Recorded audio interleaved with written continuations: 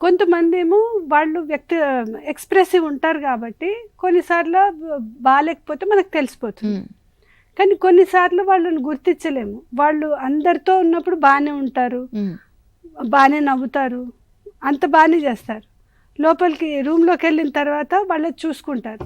అరే ఇప్పుడు రూమ్లోకి వెళ్ళిన తర్వాత నేను ఏంటి వాళ్ళు ఏమనుకుంటున్నారో మనకు తెలియదు. కానీ వాళ్ళు గోత్రూ అయ్యేది బిఫోర్ స్లీపింగ్ వాళ్ళు చూపిస్తారు అన్నట్టు.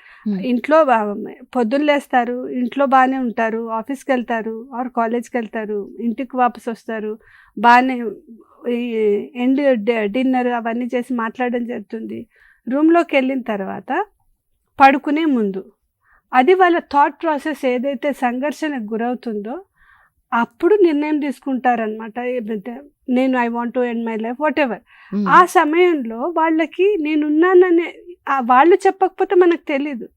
కానీ అలాంటప్పుడు కూడా ఏదో ఒక సిచ్యువేషన్లో ఏదో ఒక మాటలో మనకు తెలిపే అవకాశం ఉంది. బికాజ్ రోజు ఎలా ఉన్నా సడన్గా ప్రతిదానికి నవ్వేయడము లేదంటే ప్రతిదానికి పట్టించుకోకపోవడము ఏదో ఒక్క సిమ్టమ్ అయితే మనకు కనిపిస్తుంది. అది చాలా క్లోజ్గా ఉన్న వాళ్ళు గమనించగలిగితే ఆ పర్సన్ని కాపాడిన వాళ్ళం అయితే జీవితం విలువైంది కదా. అవును.